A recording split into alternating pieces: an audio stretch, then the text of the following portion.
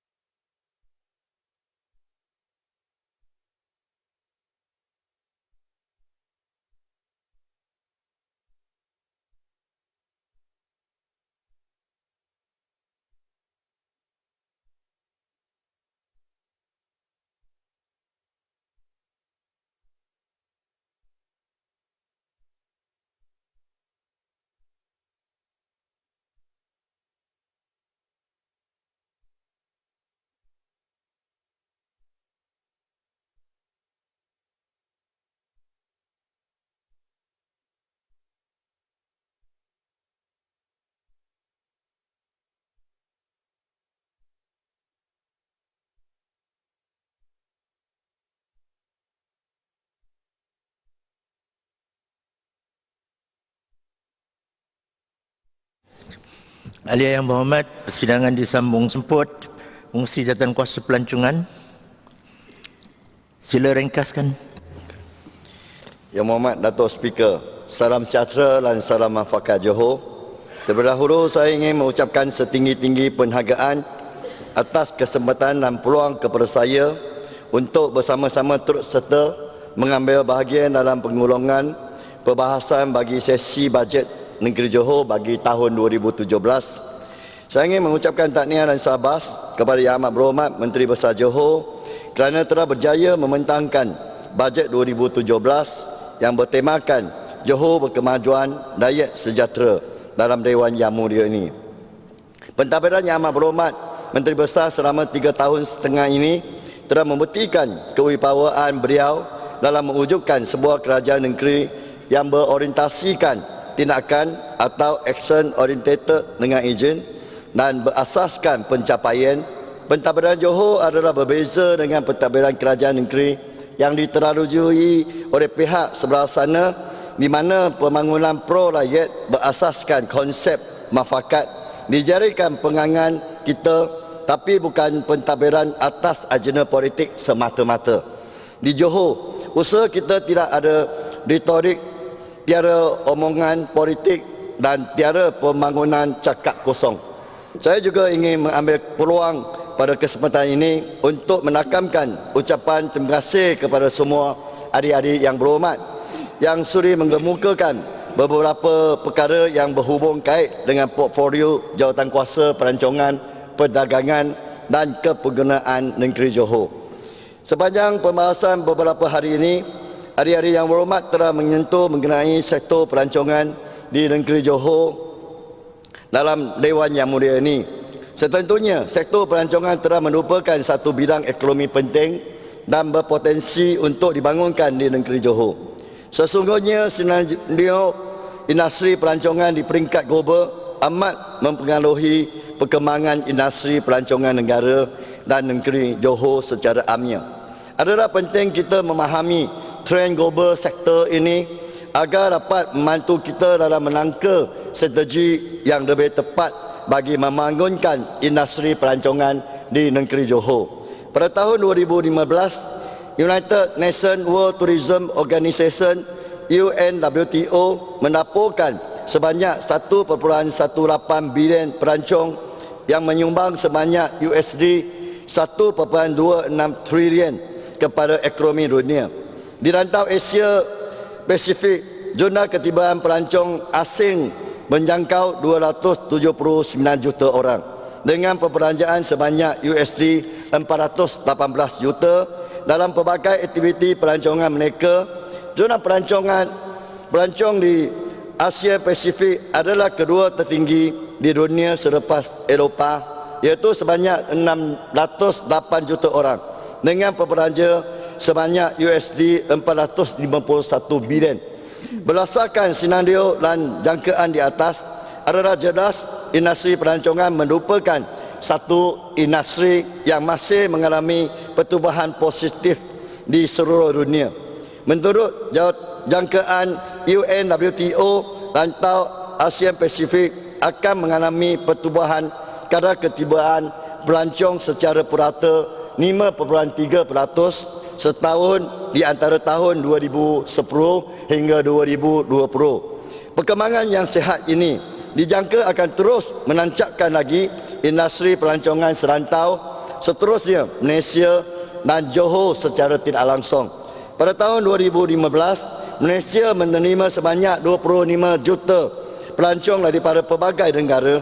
Berdasarkan data Tourism Malaysia, Johor telah mencatatkan peningkatan zona pelancong yang positif setiap tahun daripada 3.9 juta orang pada tahun 2012 kepada 6.95 juta orang pada tahun 2015, iaitu peningkatan sebanyak 3 juta pelancong dalam tempoh 3 tahun. Lonjakan ini adalah berdasarkan komitmen dan hasil kerjasama semua pihak termasuk jabatan dan agensi kerajaan maupun barang bukan kerajaan, NGO dan pihak pengusaha industri. Di samping itu, apa yang tidak boleh dinafikan bahawa produk perancangan yang bertaraf antarabangsa semakin banyak dibangunkan di Johor beberapa tahun ini. Yang Berhormat Datuk Speaker, Yang Berhormat Penggarah Ninting telah menyentuh tentang persiaran mafakat bangsa Johor. Untuk maklumat Dewan Yang Mulia ini, Projek bagi produk perancangan yang dinamakan Persiaran Muafakat Bangsa Johor yang berada di bawah sediaan dan pemantauan pihak Majlis Bandaraya Johor Bahru. Ini mempunyai 5 buah produk perancangan utama, iaitu Masjid India, Kuih Sri Raja Maniamah, Gurdwara Sahib Tokong Kuno Cina, Gereja Katolik dan Majlis Atas yang terletak di pusat Bandaraya Johor Bahru. Hasil daripada peruntukan sebanyak ringgit Malaysia 5 juta tersebut mengambil masa selama 12 bulan yang menangkumi kerja penyediaan plan induk dan mengumpul data serta kerja-kerja pelaksanaan di tapak. Oleh yang demikian, skop kerja menerusi peruntukan tersebut ialah menyediakan cultural mapping dengan izin, menangkumi bahan-bahan percetakan, aktiviti dan pengisian yang bersesuaian. Selain pihak Majlis Bandaraya Johor Bahru, pihak-pihak yang terlibat bersama di dalam projek ini adalah pihak Think City di bawah Khazanah Nasional, Yayasan Warisan Johor dan Tourism Johor. Yang berhormat Dato' Speaker, Yang berhormat Tangkak telah memberi cadangan kepada kerajaan negeri untuk mengambil pemandu taksi sebagai pemandu pelancong. Untuk makluman Dewan Yang Mulia ini, peranan seorang pemandu taksi secara tidak langsung juga memberi kesan kepada pembangunan industri pelancongan di sesebuah negara. Ini kerana di dalam industri pelancongan, pemandu taksi merupakan pekerja barisan harapan atau frontliners dengan izin, di mana mereka ini akan antara orang yang pertama yang akan berurusan dengan para pelancong. Justru itu, usaha-usaha untuk mempertingkatkan mutu perkhidmatan pemandu taksi telah dilaksanakan oleh kerajaan melalui pelbagai agensi seperti Tourism Johor, Pejabat Kementerian Pelancongan dan Kebudayaan Malaysia Negeri Johor, IDA dengan kerjasama Jabatan Pengangkutan Jalan Negeri Johor, Suruhanjaya Pengangkutan Awam Darat, Pusat Memberi Belah dan Persatuan Pemandu Taksi Negeri Johor. Sebelum ini melalui kursus seperti kursus kesedaran pelancong pemandu taksi, kursus Mesra Malaysia, kursus We Are The Hof dengan izin dan kempen senyum. Yang berhormat Dato' Speaker, Yang berhormat Tangkak juga telah menyentuh mengenai isu karavan. Untuk makluman Dewan Yang Mulia ini, seperti mana kita sedia maklum bahawa semasa pembentangan bajet 2017 oleh Yang Amat Berhormat Menteri Besar Johor pada 17 November 2016 yang lalu telah mengumumkan sebanyak ringgit Malaysia 200,000 akan diperuntukkan bagi pembukaan 14 buah lokasi caravan park dengan izin yang akan dilaksanakan secara berperingkat. Cadangan pembangunan caravan park dengan izin merupakan inisiatif baru kerajaan negeri di dalam usaha untuk memperbagaikan tarikan pelancongan negeri Johor bagi memenuhi cita rasa pelancong yang berbeza. Cadangan ini masih di peringkat awal dan masih banyak perkara yang perlu dilakukan oleh kerajaan negeri bagi merealisasikan cadangan tersebut.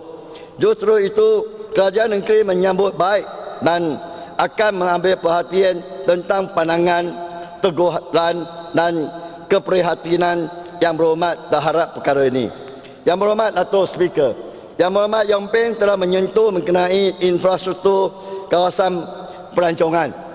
Untuk makluman Dewan Yang Mulia ini, usaha-usaha untuk mempertingkatkan infrastruktur dan kemurahan sokongan khususnya bagi memulakan pelancong sampai ke destinasi yang dituju sememangnya telah menjadi salah satu agenda utama di dalam pembangunan pelancongan negeri Johor.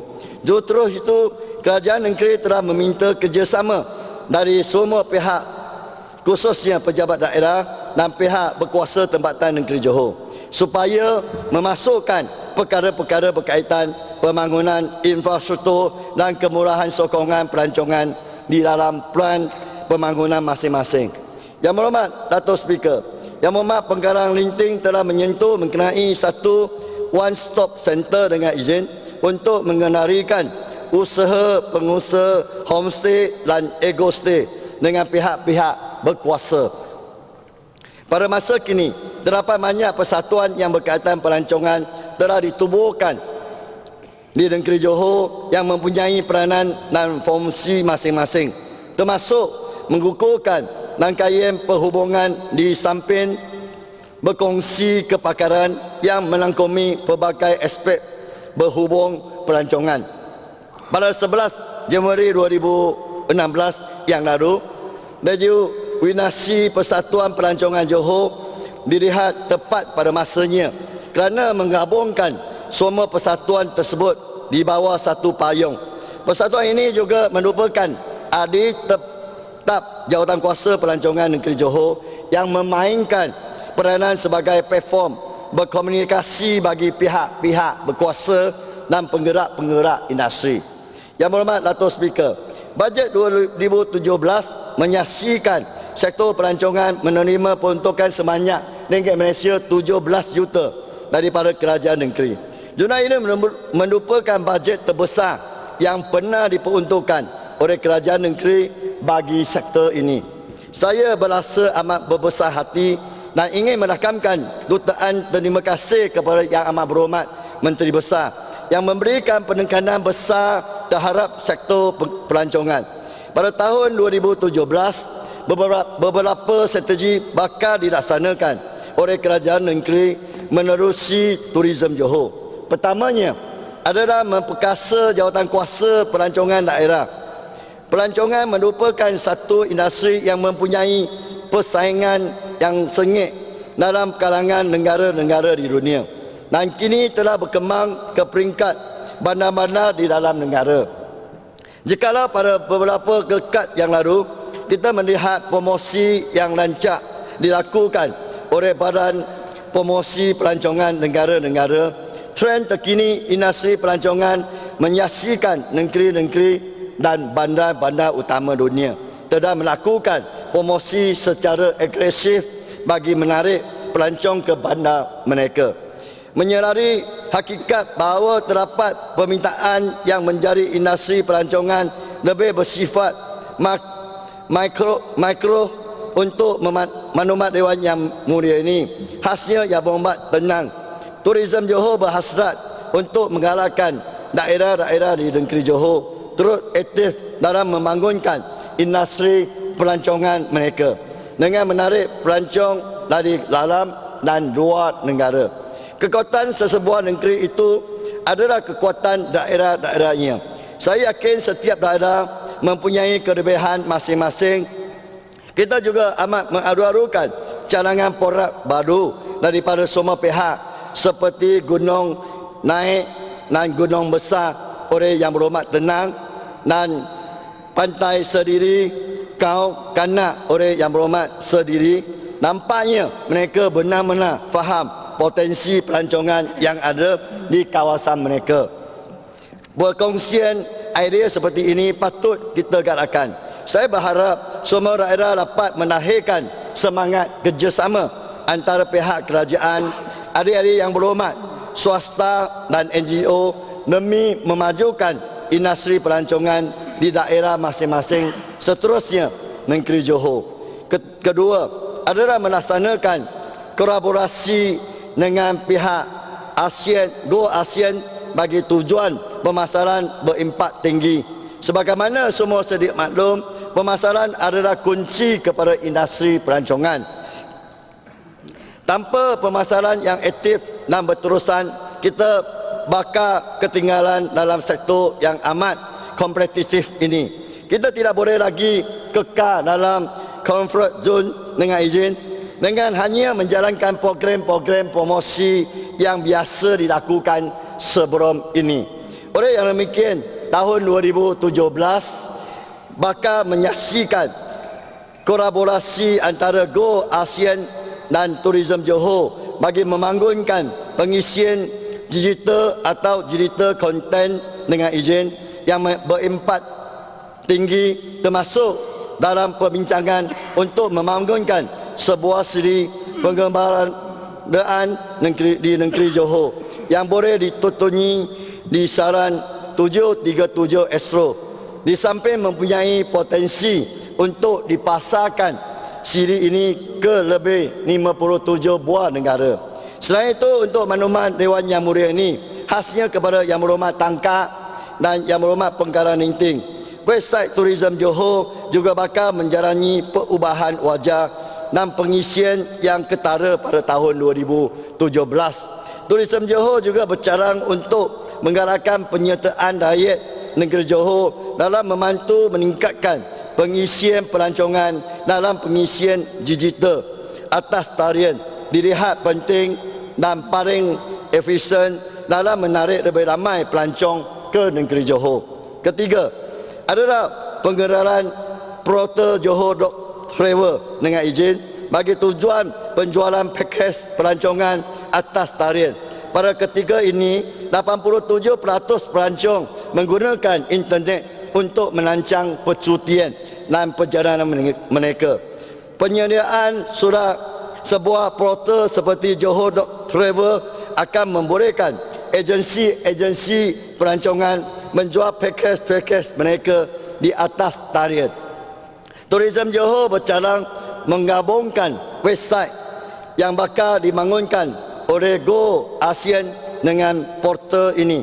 Strategi ini membolehkan pengguna terus membuat tempahan pakej setelah melayari pengisian digital berkualiti tinggi di website yang sama.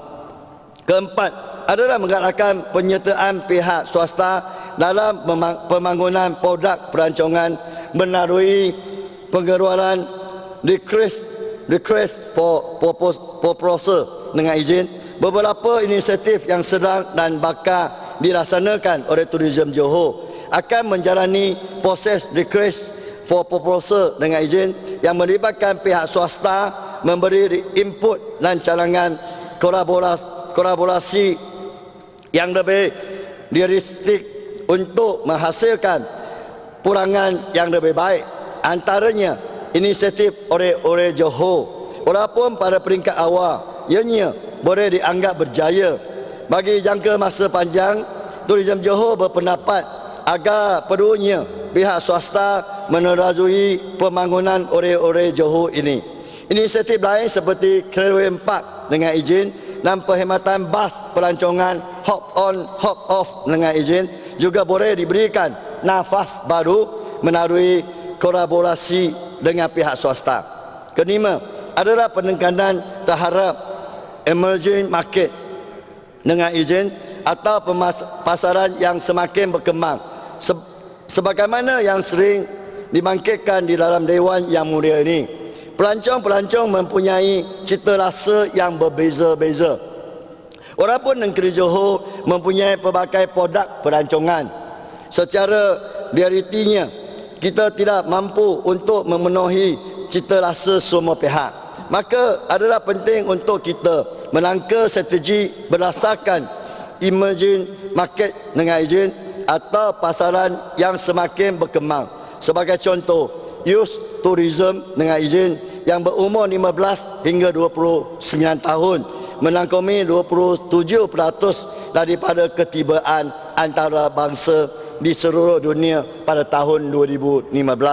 Oleh yang demikian, kerajaan negeri melalui Tourism Johor akan melaksanakan strategi-strategi yang relevan pada masa depan bagi menarik minat golongan ini.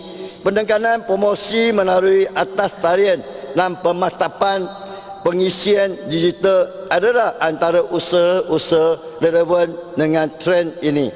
Yang Berhormat Dato' Speaker, sebagaimana yang dibentangkan dalam bajet 2017 untuk menjadikan Johor sebagai sebuah kuasa ekonomi baru Malaysia dan Dantau ASEAN Tenggara, seluruh pentadbiran kerajaan negeri di bawah kepimpinan Yang Amat Berhormat Menteri Besar telah menggariskan 6 strategi utama bagi merealisasikan visi ini, menyentuh tentang hujah daripada beberapa Yang Berhormat, termasuk Yang Berhormat Dengit dan Yang Berhormat Tenang. Sememangnya Johor telah mencatatkan zona nilai pelaburan tertinggi bagi sektor pembuatan. Ini merupakan suatu pencapaian yang cukup membanggakan kita semua. Johor telah menduduki tangga nombor 1 dalam pelaburan sektor pembuatan bukan tahun ini sahaja. Malah sejak tahun 2013 lagi. Tahun 2013 mencatatkan ringgit Malaysia 14.4 bilion nombor 1. Tahun 2014 mencatatkan ringgit Malaysia 21.1 bilion nombor 1. Tahun 2015 mencatatkan ringgit Malaysia 31.1 bilion nombor 1. Dan seperti mana hujah daripada Yang Berhormat Dengit telah menyatakan, Johor mencatatkan nilai pelaburan sejumlah ringgit Malaysia 5.4 bilion atau 27% daripada jumlah keseluruhan pelaburan sektor pembuatan di Malaysia sehingga suku kedua tahun ini juga nombor 1. Namun untuk maklumat Dewan Yang Mulia ini, pada 2 hari yang lepas, Lembaga Pembangunan Pelaburan Malaysia MIDA telah mengumumkan pencapaian pelaburan sektor pembuatan ini sehingga bulan Ogos, dan statistik menunjukkan bahawa Johor telah menerima jumlah pelaburan yang diluluskan berjumlah ringgit Malaysia 17.99 bilion atau 50.1% daripada keseluruhan pelaburan di Malaysia. Tahniah kepada Johor kerana sekali lagi menduduki tangga nombor 1. Angka nilai ini jauh lebih besar jika berbanding dengan negeri kedua Selangor sejumlah Malaysia 3.82 bilion dan negeri ketiga Pulau Pinang sejumlah ringgit Malaysia 3.76 bilion. Di sini saya ingin mengucapkan tahniah kepada semua ahli-ahli yang berhormat, penjawat awam kerajaan negeri dan kerajaan pusat, badan-badan bukan kerajaan dan seluruh bangsa Johor yang berganding bahu, berusaha kuat dan berkomitmen bagi membantu mewujudkan suasana mesra pelabur dan pro bisnes dengan izin di negeri ini. Pada masa yang sama, kerajaan negeri mempunyai hara tuju yang jelas, gagasan yang berpandangan jauh, visi yang inklusif, politik yang stabil, sumber tenaga berkemahiran, infrastruktur logistik yang canggih dan faktor yang lain menjadi Johor kekal sebagai destinasi pelaburan utama. Apa yang saya ingin sampaikan di sini, bahawa sesebuah kerajaan yang berjaya dalam meyakinkan pelabur untuk datang melabur bukan sekadar bergantung kepada cara menggunakan mulut dan menggeruakan kenyataan media oleh ahli-ahli yang berhormat di sebelah sana. Jika cara ini berkesan, kenapa juara pelaburan ini tidak jatuh di negeri Selangor dan Pulau Pinang pada hari ini? Kalau kita lihat negeri-negeri yang diperintah oleh kerajaan ahli-ahli yang berhormat sebelah sana, zona gabungan nilai pelaburan bagi ketiga-tiga negeri Selangor, Pulau Pinang dan Kelantan sebanyak ringgit Malaysia 8 bilion pun tidak sampai separuh dari zona di Johor sejumlah ringgit Malaysia 17.99 bilion setakat Ogos tahun ini. Sekiranya cadangan dan pandangan yang berhormat sekulai tidak diterima oleh pemimpin mereka, maka saya mengalu-alukan Yang Berhormat sekulai untuk duduk di sebelah sini. Yang Berhormat Dato' Speaker, untuk maklumat Dewan Yang Mulia ini, menangani kadar inflasi, pengguna adalah digalakkan untuk mencari smart consumer dengan izin seperti berbelanja secara bijak, membuat perbandingan harga, berhemat dalam membuat perbelanjaan barangan kemewahan serta boikot peniaga yang menjual barangan yang harga tidak berpatutan. Selain itu, kita perlu memberi barangan buatan tempatan dan barangan berjenama in-house dengan izin. Di kesempatan ini saya ingin memaklumkan kepada Dewan Yang Mulia ini, KPDN KK dengan kerjasama kerajaan negeri akan mengadakan Carnival Juara Mega 2016 bertempat di dataran Ansana, Johor Bahru. Dato' Speaker, Carnival ini akan berlangsung dan berkurang 13 sebab tadi Yang Berhormat pengerusi sebut nama saya. Cuma saya duduk sebelah sana. Saya rasa Kalau tak sudahlah duduk. saya janji satu Tak payah. hari kita bukan Ni remeh-temeh saya je. satu orang nak duduk sana. Satu hari kita beramai-ramai duduk sana jadi kerajaan. Okey. Itu.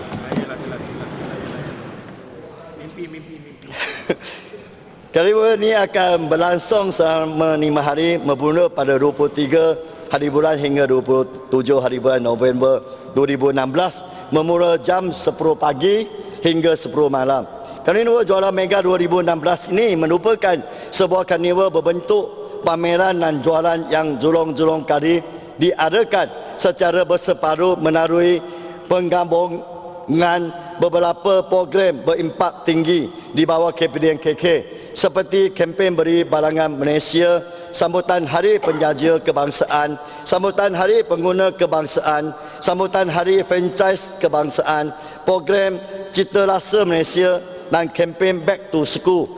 Ia bermaklumat untuk mengetengahkan karnival jualan besar-besaran sebagai pilihan kepada masyarakat untuk berbelanja pada harga yang berpatutan di samping meningkatkan kesedaran pengguna tentang produk-produk buatan tempatan dan barangan berjenama in-house. Dengan izin pada masa yang sama melancarkan kegiatan ekonomi domestik serta menggalakkan pembangunan industri tempatan. Yang Berhormat Datuk Speaker, demikianlah beberapa perkara yang dapat saya jelaskan pada hari ini dan saya ucapkan berbanyak-banyak terima kasih kepada semua ahli yang berhormat yang telah memberikan pandangan dan cadangan mengenai isu-isu bawah portfolio saya dalam sesi perbahasan di Dewan Yang Mulia ini. Kalau ada perkara yang terlepas pandang, mohon tindakan susulan daripada jabatan-jabatan di bawah portfolio saya. Sepanjang persidangan Dewan yang berlangsung sehingga hari ini, saya memohon maaf sekiranya ada salah dan silap serta terlanjur kata. Akhir kata, dengan bajet 2017 ini, mudah-mudahan Johor akan menuju ke arah Johor berkemajuan, rakyat sejahtera. Sekian, terima kasih. Sila Jawatankuasa Pengurusi Jawatankuasa Wanita. Bismillahirrahmanirrahim. Assalamualaikum warahmatullahi wabarakatuh.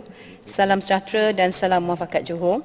Yang Berhormat Datuk Speaker, terima kasih di atas peluang yang telah diberikan kepada saya untuk turut serta dalam penggulungan perbahasan atas rundingan bacaan kali yang kedua bagi rang Undang-Undang Enactment Perbekalan 2017 tahun 2016. Tahniah dan jutaan terima kasih kepada Yang Amat Berhormat Menteri Besar Johor yang sentiasa memberikan perhatian dan tumpuan kepada golongan sasar dalam portfolio pembangunan wanita, keluarga dan masyarakat. Golongan wanita, warga emas, ibu tunggal, orang asli, kanak-kanak, malahan OKU tidak terlepas dalam pandangan dan perhatian Yang Amat Berhormat Menteri Besar selaku peneraju kerajaan negeri. Peruntukan yang diberikan kepada golongan tersebut diteruskan pada tahun 2017 sebagaimana yang telah dibentangkan dalam bajet negeri Johor 2017. Tepatlah dengan tema bajet 2017, Johor berkemajuan, rakyat sejahtera. Dalam mengejar kemajuan negeri, mensejahterakan rakyat tetap menjadi keutamaan. Yang Berhormat Datuk Speaker, di kesempatan ini saya mengucapkan terima kasih dan setinggi-tinggi penghargaan kepada ahli-ahli yang berhormat yang telah mengemukakan cadangan serta pandangan tentang perkara-perkara yang berhubung kait dengan jabatan-jabatan di bawah portfolio Jawatankuasa Pengguna Wanita, Keluarga dan Masyarakat. Yang Berhormat Datuk Speaker, Yang Berhormat Adun Nusajaya dan Adun Semarang telah pun menyatakan mengenai dengan program IKFA di tabika-tabika kemas di seluruh negeri Johor. Program IKFA adalah akronim dari Iqra' dan Fardu Ain yang mula diperkenalkan sejak tahun 2014 atas cetusan idea Yang Amat Berhormat Datuk Haji Muhammad Khalid bin Nordin, Menteri Besar Johor. Program Iqra' dan Fardu Ain dilaksanakan secara NBOS antara Kerajaan Negeri Johor dan Jabatan Kemajuan Masyarakat Negeri Johor ataupun KEMAS bagi memastikan kanak-kanak seawal usia 4 tahun dapat menguasai pendidikan agama Islam dalam Iqra' dan Fardu Ain sebelum melangkah ke sistem pendidikan yang lebih formal. Ia adalah antara inisiatif Kerajaan Negeri Johor di bawah Pelan Suara Hati Johor yang menyokong salah satu dari 7 fokus utama iaitu memartabatkan agama Islam. Jabatan Kemajuan Masyarakat Negeri Johor, KEMAS, dipertanggungjawabkan membentuk modul yang menepati kehendak masyarakat kini dan boleh diguna pakai secara meluas. Secara asasnya, KEMAS menggunakan silibus Standard Prasekolah Kebangsaan ataupun KSPK Kementerian Pelajaran Malaysia di dalam pengajaran dan pembelajaran di tabika-tabika. KSPK dilaksanakan bagi memastikan kurikulum yang holistik, tidak terlalu akademik dan tidak terlalu membebankan mengikut semasa serta ada kesinambungan dengan kurikulum bersepadu sekolah rendah. Terdapat dua modul utama iaitu modul teras asas dan juga modul bertema. Di dalam modul teras asas, subjek yang diajar meliputi pendidikan Islam ataupun moral, bahasa Malaysia, bahasa Inggeris, matematik dan aktiviti luar, outdoor activities. Namun begitu, KEMAS juga berhadapan dengan cabaran dan persekitaran pembelajaran yang semakin kompetitif dan harapan tinggi masyarakat, terutama dari ibu bapa kanak-kanak tabika. Antaranya adalah berkaitan dengan keupayaan kanak-kanak di dalam menguasai kemahiran yang berkaitan dengan pendidikan Islam. Sebagai itu, sememangnya tepat pada masa dan ketikanya program IFA diwujudkan bagi memastikan golongan berpendapatan rendah mendapat manfaat seperti mana golongan berkemampuan menghantar anak-anak ke tadika swasta yang kos bayaran sebulan bersamaan dengan kos yuran di tadika KEMAS selama setahun. Program IFA ini objektifnya adalah bagi kanak-kanak yang berusia 4 hingga 6 tahun dapat menguasai pendidikan Islam yang meliputi subjek berkaitan Iqra' dan asas fardu ain. Kanak-kanak dapat menghafal dan membaca dengan baik surah Al-Fatihah, surah lazim dan juga bacaan doa-doa harian. Kanak-kanak dapat menggunakan ilmu dan kemahiran pendidikan Islam dalam kehidupan seharian mereka sama ada di tabika maupun juga di rumah. Dan yang pentingnya, Yang Berhormat Datuk Speaker, memastikan bahawa tabika KEMAS tidak lagi dilabelkan sebagai tabika yang tidak menekankan pendidikan Islam. Kaedah pelaksanaannya adalah selepas waktu kelas di dalam modul co-curriculum. Dan program ini akan menggunakan khidmat tenaga pengajar luar secara outsourcing yang mahir dalam bidang Iqra' dan fardu ain. Masa yang diperuntukkan adalah selama 4 jam seminggu dengan satu sesi adalah dalam durasi 1 jam selepas waktu kelas. Sejak tahun 2014 hingga 2016, Kerajaan Negeri Johor telah memperuntukkan sebanyak RM1,704,040 dengan penerima manfaat sebanyak 5,251 orang kanak-kanak. Ianya bermula pada tahun 2014 dengan peruntukan 148,200 dengan pelibatan 589 orang kanak-kanak dan sehinggalah pada tahun 2016 kita telah memperuntukkan RM1,098,240 ke atas 156 tabika KEMAS di seluruh negeri Johor. Dan penglibatan kanak-kanak kita targetkan pada tahun 2017 adalah seramai 3,500 orang. Program IFA ini turut dinilai dalam petunjuk prestasi utama portfolio penang wanita, keluarga dan masyarakat sejak tahun 2014 sehingga kini dengan pencapaian kanak-kanak melebihi 90% secara puratanya mencapai band 4 dan juga 5 di mana ia menandakan tahap pencapaian kanak-kanak tersebut adalah amat baik. Pelaksanaan program dan aktiviti berkaitan pendidikan agama Islam wajar diterapkan semenjak dari usia kanak-kanak kecil lagi. Kanak-kanak perlu didedahkan dengan asas-asas agama agar jiwa mereka sentiasa dekat dengan tuntutan agama seawal mungkin agar mampu menjadi generasi rabani yang bukan sekadar cemerlang dari aspek akademik, malah gemilang dari aspek rohani dan juga spiritual. Ini penting kerana kanak-kanak ini sedang dan akan terus menghadapi gelombang modernisasi dan globalisasi yang semakin mencabar. Tanpa asas yang kukuh dan kuat, kanak-kanak ini sudah tentu akan mudah terpengaruh dengan anasir luar yang merosakkan jiwa dan pemikiran. Yang Berhormat Datuk Speaker, Yang Berhormat Adun Macap membangkitkan juga mengenai dengan masalah golongan OKU dan juga peluang pekerjaan yang terhad disebabkan keterbatasan. Kerajaan Negeri Johor amat prihatin kepada kebajikan golongan OKU, terutama dalam meningkatkan taraf hidup mereka melalui peluang-peluang pekerjaan sama ada di sektor swasta ataupun kerajaan. Melalui unit penempatan pekerjaan OKU di bawah Yayasan Penang Keluarga Darul Takzim, kerajaan negeri yang memfokuskan bantuan kepada golongan sasaran OKU bagi memastikan peningkatan bilangan OKU di dalam sektor pekerjaan di Johor. Selain itu, ianya sebagai usaha untuk mengatasi kebergantungan golongan OKU terhadap kerajaan bagi meningkatkan purata pendapatan serta diberi peluang sama rata untuk hidup berdikari. Pelbagai pendekatan yang telah dijalankan bagi membantu golongan OKU untuk meningkatkan ekonomi, antaranya adalah pelaksanaan program sukarelawan Job Coach 2016. Dan sehingga Oktober 2016, seramai 14 OKU telah berjaya ditempatkan bekerja di bawah sukarelawan tersebut, manakala bantuan penempatan kerja di bawah yayasan adalah seramai 106 orang OKU yang menjadikan jumlah keseluruhan dari tahun 2011 hingga 2016 adalah seramai 120 orang OKU yang bekerja. Selain itu, Yayasan Bidang Keluarga Darul Takzim dalam meningkatkan peluang pekerjaan, OKU turut membuat kajian keberkesanan penempatan pekerjaan OKU selama 6 bulan mulai September 2016 hinggalah Februari 2017. Melalui kajian ini juga, pihak pengkaji dari Universiti Utara Malaysia dan wakil-wakil daripada Kerajaan Negeri Johor, kita telah mengadakan lawatan kerja ke Tokyo dan juga Osaka, Jepun.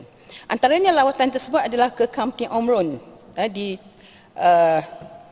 Tokyo, yang mana ia ditubuhkan pada tahun 1972, maaf saya, di Osaka, dan sehingga kini 80% dari pekerjanya adalah golongan orang kurang upaya. OKU yang menyertai Omron akan meningkatkan taraf kehidupan dan memberi sumbangan kepada masyarakat akhirnya. Namun begitu, di Johor sendiri, kita sebenarnya telah mempunyai bengkel sampul surat batu pahat sebagai contoh yang sepenuhnya mengambil pekerja OKU berusia antara 18 hingga 60 tahun bagi melaksanakan operasinya dalam bengkel yang menghasilkan pelbagai jenis sampul surat. Bengkel sampul surat merupakan bengkel terlindung yang diuruskan oleh Majlis Pusat Kebajikan se-Malaysia dan disedia Jabatan Kebajikan Masyarakat yang beroperasi di sebidang tanah seluas 2 hektar yang kini menempatkan seramai 50 orang OKU yang melakukan kerja-kerja melipat dan menampas sampul surat sejak tahun 1978.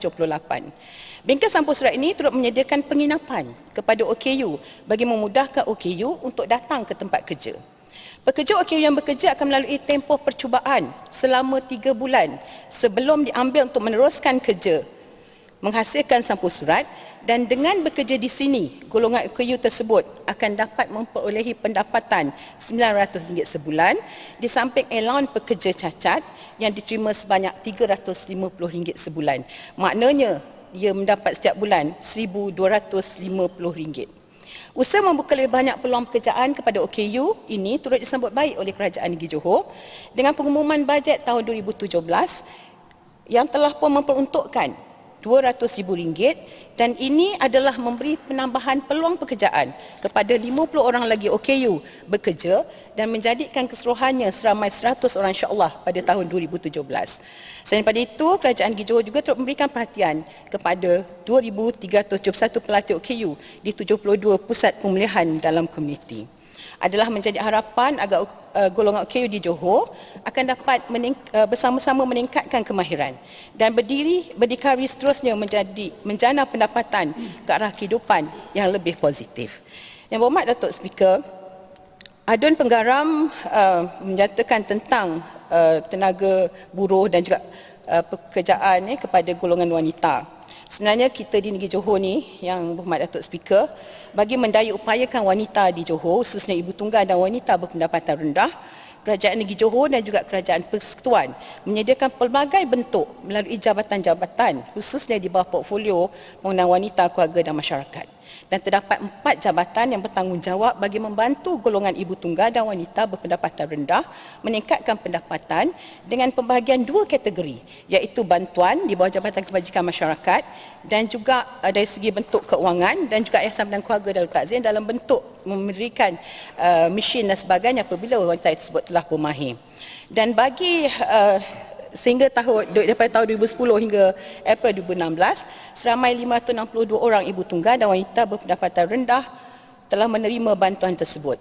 Dan bagi geran pelancaran JKM, seramai 402 orang telah pun menerima geran pelancaran tersebut.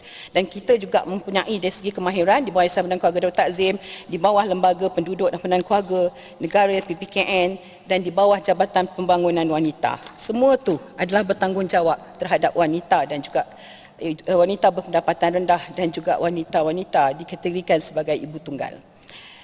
Menerusi pelaksanaan program kemahiran dan keusahawan yang ini, yang berhormat Datuk Speaker, Pejabat Pembangunan Wanita Negeri Johor dapat membantu wanita yang saya katakan tadi yang berpendapatan rendah menjana pendapatan mereka.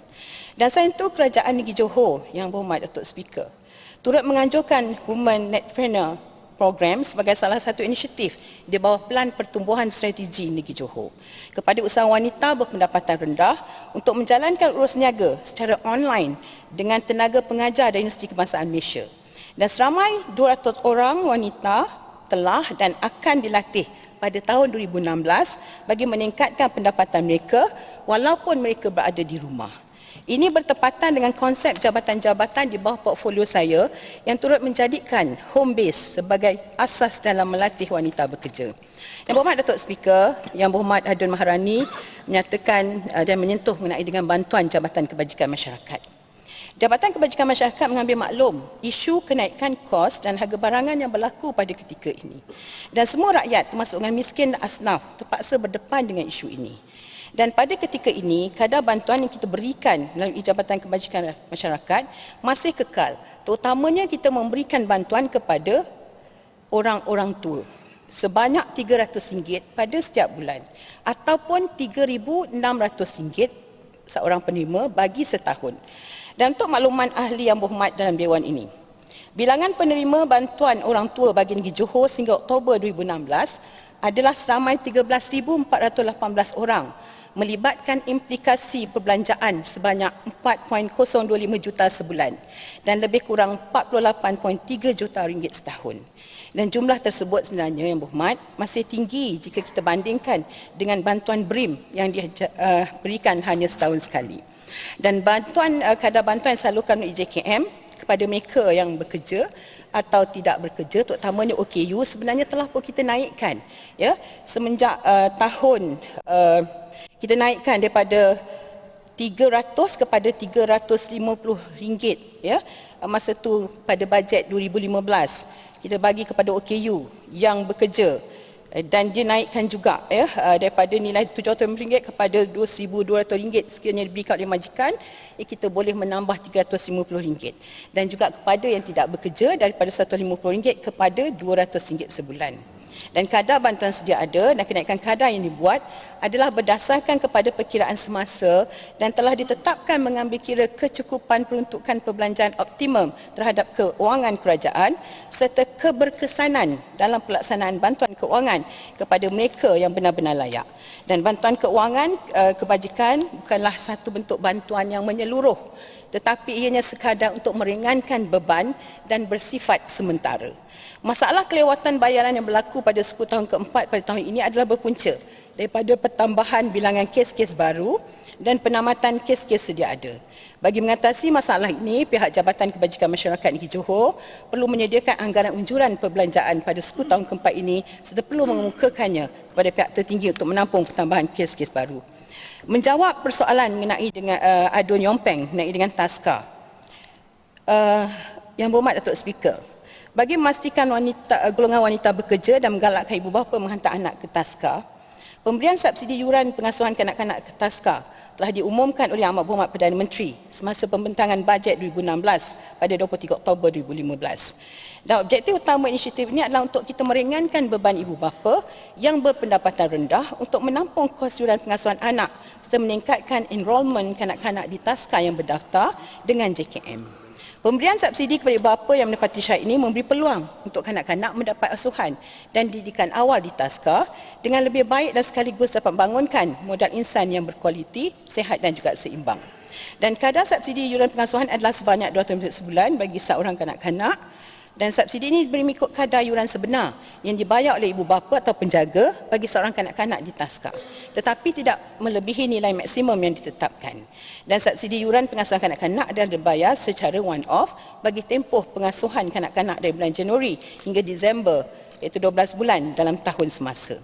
Dan sehingga kini sama 112 kanak-kanak di 21 TASCA menerima manfaat dan Johor telah dibentukkan sebanyak 98,590 bagi tahun 2016. JKM sebenarnya yang buat Datuk Speaker sentiasa komited dalam memberi perkhidmatan dan sentiasa memberi sokongan padu dalam usaha penubuhan Taman Asuhan Kanak-kanak ataupun TASCA, terutamanya TASCA di tempat kerja. Dan penubuhan taska SMPM ini dapat memberi sokongan kepada ibu bapa bekerja dengan lebih komited dan seterusnya menghasilkan produktiviti yang baik dalam perkhidmatan mereka. Dan kerajaan telah menyediakan pelbagai insentif bagi menggalakkan penubuhan taska di tempat kerja dan masih dilaksanakan sehingga kini. Antaranya pengecualian cukai 10% selama 10 tahun bagi ubah suai dan penyelenggaraan dan pemilikan bangunan untuk pusat asuhan kanak-kanak bagi majikan sektor swasta. Yang kedua, potongan cukai 2 kali ganda ke atas majikan yang menyediakan allowance ataupun subsidi kepada pekerja dan perbelanjaan penyelenggaraan kemudahan taska dan pusat jagaan kanak-kanak. Ia telah diumumkan pada bajet 2013 yang lalu. Dan pengecualian cukai pendapatan bagi tempoh 5 tahun dan allowance bangunan industri pada kadar 10% tahun diberi kepada pengusaha taska, pusat jagaan kanak-kanak dan juga prasekolah swasta. Ia telah juga diumumkan pada bajet 3 tahun yang lalu. Sehingga Ogos 2016, banyak 12 buah taska, 7 awam dan 5 swasta taska di tempat kerja, manakala tahun 2015 mencatatkan 8 buah taska di tempat kerja, 5 awam dan 3 swasta. Kerajaan Negeri Johor melalui Yayasan Penang Keluarga Darul Takzim sebagai contoh telah menyediakan taska di tempat kerja di taska Yayasan Penang Keluarga Darul Takzim di bangunan Wisma Persekutuan. Pihak kerajaan negeri juga telah meluluskan pembinaan sebuah taska insya-Allah di Kota Iskandar ini yang dijangka siap pada Disember 2017 tahun depan, tak lama lagi ada yang berhormat, serta akan bermula operasinya pada tahun 2018. Yang Amat Datuk Speaker, saya akhiri penggulungan saya dengan sekali lagi merakamkan ucapan terima kasih yang tidak terhingga kepada semua ahli yang berhormat yang telah mengemukakan pandangan, pendapat dan persoalan yang menyentuh perkara-perkara di bawah bidang dan tanggungjawab saya. Saya mengharapkan ahli-ahli yang berhormat akan terus memberi sokongan pandangan dan juga teguran yang membina terhadap perjalanan jabatan-jabatan di bawah portfolio mengenai wanita, keluarga dan masyarakat demi kemajuan pembangunan negeri Johor. Teguh berdiri pohon cemara, kali santunan gegak gempita. Anda tersasar kata bicara, jemari disusun maaf dipinta. Sekian wabillahi taufiq hidayah. Assalamualaikum warahmatullahi wabarakatuh. Temput Pengerusi Jabatan Kuasa Pendidikan. Assalamualaikum warahmatullahi wabarakatuh. Selamat petang, salam sejahtera, salam muafakat Johor. Yang Amat Speaker, Laju sikit. saya ni orang yang paling malang sekali dapat peluang di saat-saat kejederaan. Nak kata potong, dah potong banyak. Datuk Speaker nak suruh cakap laju lagi, nanti jadi huru-hara saya. Apapun, Datuk Speaker, terima kasih kerana diberikan kesempatan juga untuk saya memberikan penggulungan bagi pihak kerajaan, khususnya berkaitan dengan portfolio saya, pendidikan, penerangan, pengurusan dan koperasi. Saya ingin memulakan pengulangan ini dengan mengucapkan segenting tahniah pada Yang Amat Berhormat Duta Besar Johor di atas pembentangan bajet 2017 yang sangat inklusif, lestari dan sejahtera untuk segenap lapisan masyarakat di negeri Johor ini.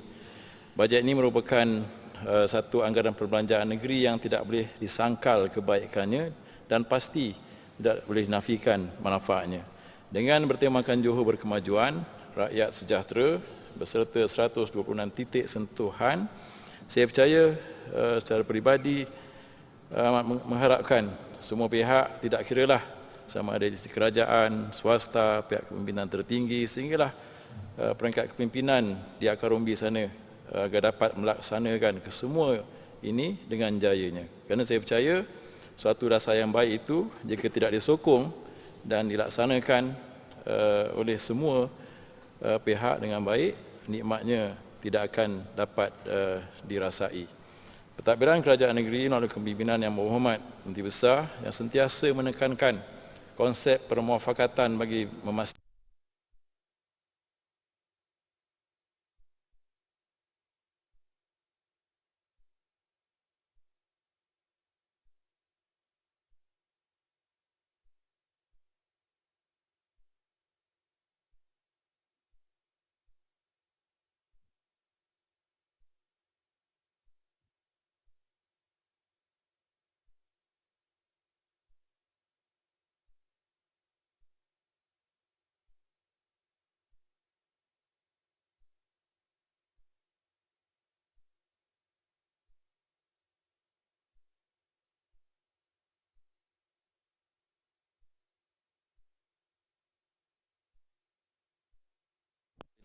bajet ini boleh dibelanja mengikut perancangan, apakah tidak akan ada bajet tambahan dan sebagainya.